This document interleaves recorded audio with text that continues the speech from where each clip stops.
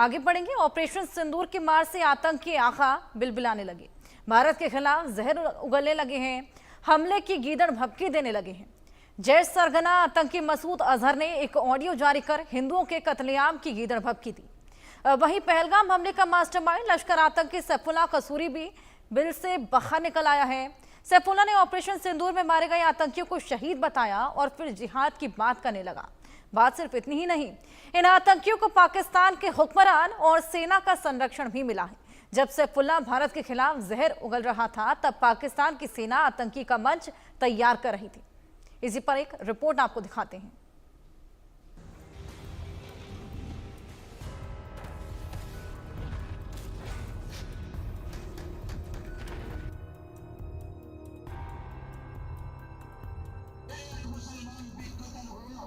उसके बदले में 10 हिंदू कत्ल किए जाएंगे। एक मुसलमान भी कत्ल हुआ, उसके बदले में 10 हिंदू कत्ल किए जाएंगे। हिंदुओं के खिलाफ जहर उगलता, कत्लेआम की गीदड़ भभकी देता, ये आवाज आतंक के मौलाना मसूद अजहर की थी।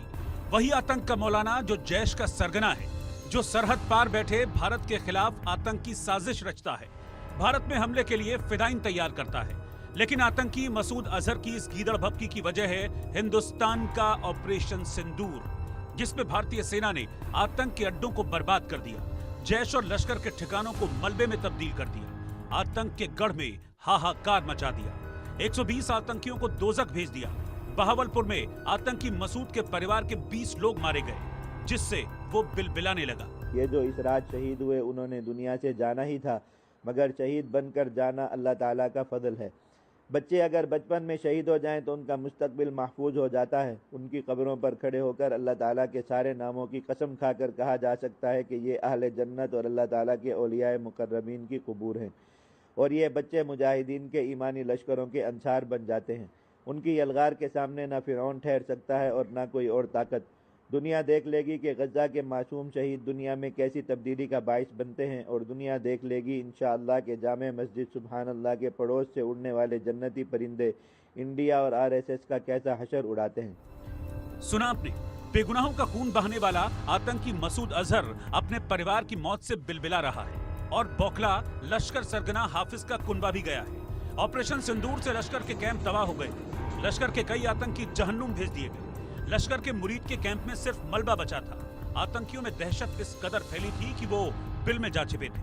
लेकिन आतंक के रक्त बीज एक बार फिर बाहर आ गए हैं, भारत के खिलाफ जहर उगलने लगे हैं। ऑपरेशन सिंदूर में मारे गए आतंकियों की याद में आंसू बहाने लगे हैं।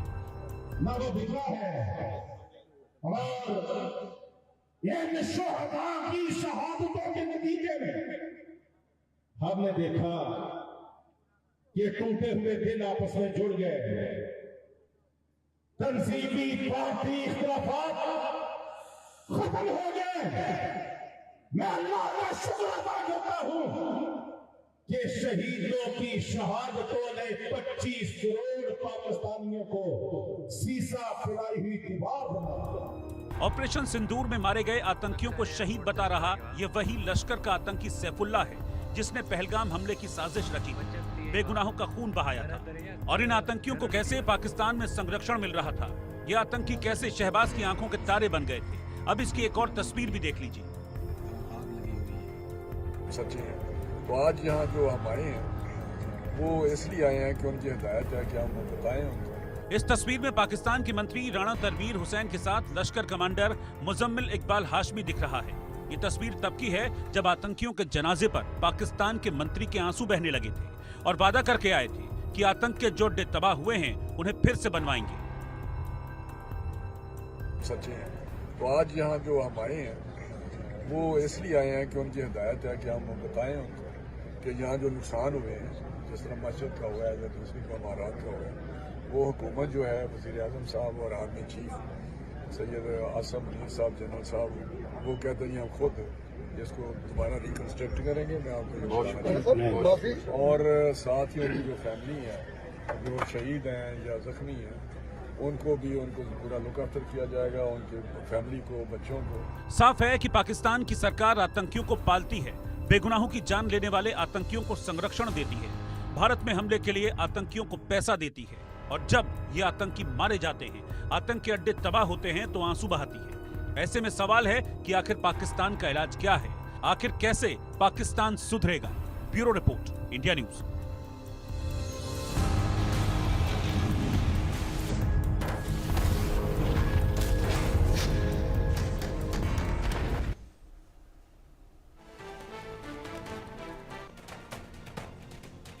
वहीं आज अमित शाह के